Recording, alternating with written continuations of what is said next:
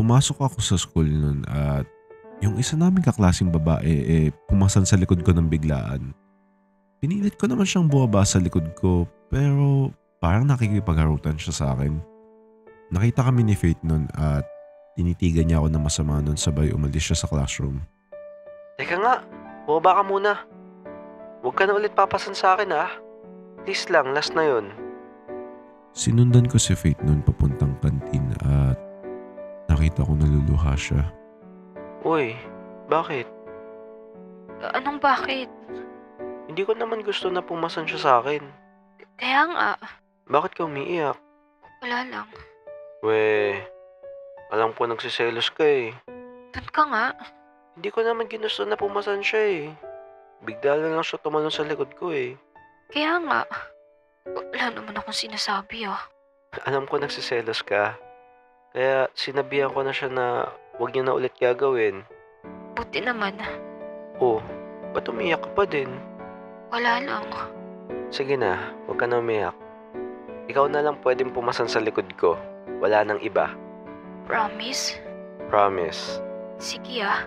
Buhatin mo ako pabalik sa room. Ha? Sabi ko buhatin mo ako pabalik. Lo, malayo ng room mula dito sa kantin. Oh, kala ko ba ako lang papasan sa'yo? Magpapawisan ako niyan dun. Sige, dun ka na lang sa kanya. Siya na lang buhatin mo. Ito naman. Sige na nga. Sige na, pasang ka na sa likod ko. Yay! Ganun kami magkaroon ng problema ni Faith. Kadalasan naman kasi di kami nag-aaway niyan. Siguro pag naglalaro lang kami minsan hinampas ako sa balikat. Pero parang okay lang kami lagi. Time skip tayo nung nag 4th year college na kami. Parehas kami ng pinapasukan ng school. At syempre ganun pa din. Sabay kami lagi pumapasok. Happy 4th anniversary, Han.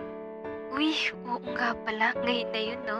Lo, ito naman kinakalimutan na porket busy sa school. Charan! Kala mo nakalimutan ko na, no? Lo, ano to? Gift ko sa'yo. Binigyan niya ako ng iPhone nun at binigyan ko din siya ng kwintas. Hugis puso yun para palatandaan ko sa kanya na may tiwala ako sa kanya. Grabe naman regalo mo. Yung bago pang iPhone. Nakita ko kasi luma na yung phone mo. Thank you, Han. Tsaka maganda din yung iPhone kasi nakakonect yun sa akin para alam natin kung nasaan yung bawat isa. Ito, binigyan ko ng palatandaan na may tiwala ako sa kanya. Tapos sa akin, naka-tracker. Ay, ayaw mo ba? Pwede ko naman tanggalin. Joke lang. Maganda din na idea mo para mababantayan ko kung nasan ka. Para mapuntahan ka agad kita.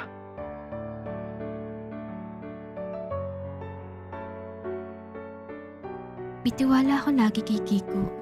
Gusto ko lang malaman lagi kung nasaan siya para sa peace of mind ko. Hindi ko naman intention lagi na maging toxic sa kanya. Pero since pumayag naman siya, hindi ko na yun tinanggal. Malapit na yung graduation namin ni Kiko. Malapit na kami makapagtapos ng college. Kasama ko yung mga kabatch ko nun since magkaiba kami ng course ni Kiko. Nursing ako at engineer siya. Natapos ang rehearsal namin ng maaga kaya bala ko siyang i-surprise. Tinignan ko sa phone kung nasaan siya. Nagulat na lang ako at nakalagay dun na nasa mall siya. Karaniwan kasi si Kiko lagi yung nagpapaalam sa akin before siya umalis or pumunta ng mall kasamang mga kaibigan niya. Pinuntahan ko siya dun para i-surprise siya. Pero parang ako ata ang na-surprise. Nakita ko siyang may kasamang ibang babae. Tapos nasa jewelry store sila at mukhang bibilhan niya ng alahas yung babae. Pinicturean ko na lang siya dun sabay. Umalis ako sa mall para umuwi. Asan ka? Huwag mo na ulit ako kakausapin kahit kailan, Kiko. Ha? Bakit? May nagawa ba ako? Ayoko na, Kiko. Tapos na tayo. Ha? Bakit, Han? Ano nagawa ko? Huwag mo na rin akong tawagin ng Han. Nanditiri ako sa'yo. Bakit, Han? Ano ba yun? Sabing huwag mo akong tawaging Han. Sorry, Faith. Pero, di ko alam kung ba't ka nagkakaganyan. Sinad ko sa kanya yung picture na nakuha ko dun sa mall. at sabay block agad sa kanya. Sa sobrang galit ko noon, lahat ng access para makausap niya ako, tinanggal ko. Saktong-sakto at yung parents ko nasa Japan na noon, kasama yung mga tita ko. Nag-decide na lang din ako na sumama sa kanila. Hindi na rin pala ako pumunta ng ceremony dahil kay Kiko. Pagkapunta ko sa Japan, nawala lahat ng access ko sa FB at lahat ng social media ko sa Pilipinas. Sa Japan na rin ako namuhay ng 5 years at dito na rin ako nakahanap ng mapapangasawa ko. Ang dami nangyari mula nung araw na yon. Hindi na rin ako nagpaalam sa kanya dahil ayaw ko siyang makita.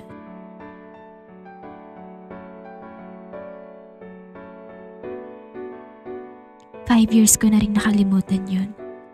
Pero after ng 5 years, kailangan ko pumunta ng Pilipinas para sa family reunion namin.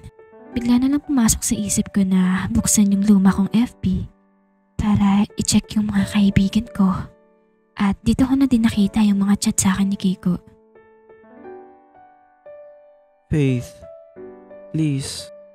Nagkakamali ka ng iniisip. Hindi ako nag-cheat sa'yo. Please, kausapin mo ako.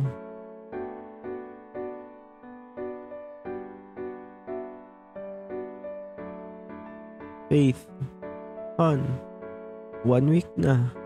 Lagi ako pupunta dyan pero hindi mo ako pinagbubuksan ng pinto. Alam ko nandyan ka. Nakikita ko sa bigay mong iPhone. Pagbigyan mo ako mag-explain. Please, Faith. Kahit isa lang. 1 minute lang. Kausapin mo ako. Gusto lang kita makita. Kahit saglit lang, please.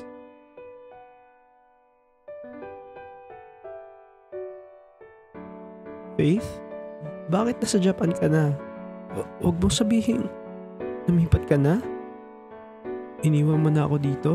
Gusto ko lang naman mag-explain sa'yo. Kahit 1 minute lang. Kausapin mo ako, please.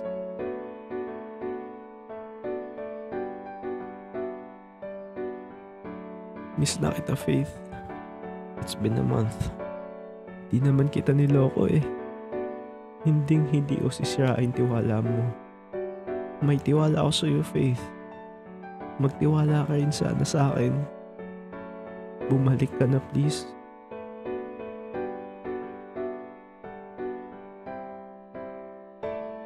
Faith? Ulit pa rin kita kinokontak. Wala pa rin ako makuhang reply. Hindi na rin nag-ring phone mo. Siguro, iba lang yung SIM mo dyan sa Japan.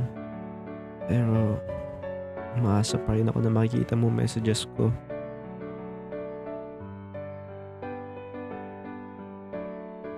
Good morning, Faith.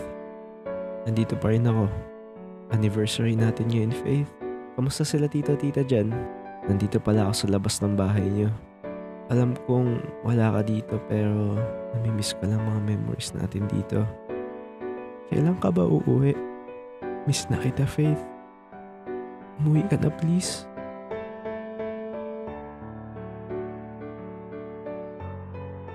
It's been a year, Faith. Di pa rin ako nakawala ng pag-asa. Sabi mo nga, yung name ko dyan sa Japan, ibig sabihin, hope. Di ako susuko, Faith. Kausapin mo lang ako, kahit isang beses. Magiging masaya ako, Faith.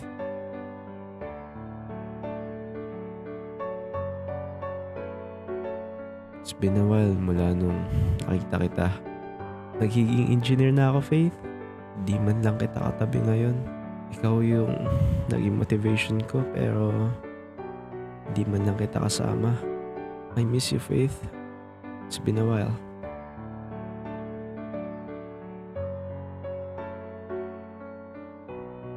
Hi, Faith. Ang tagal na pala, no? Di ko alam kung kaya ko pa mag-antay, Faith. 2 years na eh. And I'm seeing someone new na. Pero may lugar ka pa rin sa puso ko. Baka siguro ito na yung last chat ko sa'yo. I love you, Faith. I always will. Paalam. Nabasa ko to after 5 years. At may asawa at anak na siya ngayon. Pero gusto ko marinig yung explanation niya kaya chinat ko siya after 5 years. Kiko, kamusta? Faith! Kamusta ka na? Eto, okay naman. Getting to married soon. Ang awkward ng mga last chat ko sa'yo. Pero, tagal na nun, no? Oo nga eh. It's been 5 years. Grabe. Ang bilis talaga ng panahon, no? Oo nga eh. Pero Kiko, sorry kung di kita binigyan ng chance mag-explain. Wala yun. Matagal na yun eh. Pero gusto ko malaman ano yung explanation mo. Sure ka ba na gusto mong malaman? Oo naman. Kasi that girl is my classmate.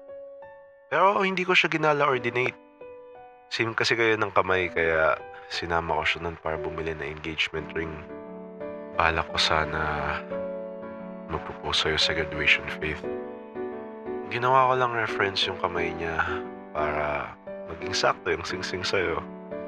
Tsaka syempre, bilang babae na rin, ano yung taste niyo pagdating sa ganyan? Pag uwi ko nun, tuwang-tuwa pa nga ako eh. Pero, bigla na lang ako nalungkot nung nag-chat ka. Pero, di naman kita sinisisi sa nangyari. Nagkamali nga ako kasi di ko kagad nasabi sa'yo. Pero since that was 5 years ago, okay naman na ako. I'm happy now with my wife and kids. I'm sorry Kiko. Don't be. It's my fault. Dapat sinabi ko kagad.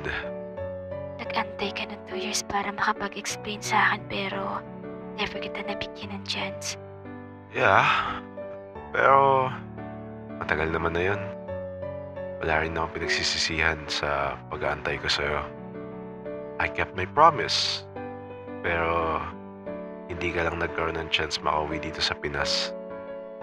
I'm really sorry Kiko. Don't be. Just be happy with your wedding and congrats nga pala. Thank you, Kiko. You're always welcome, Faith.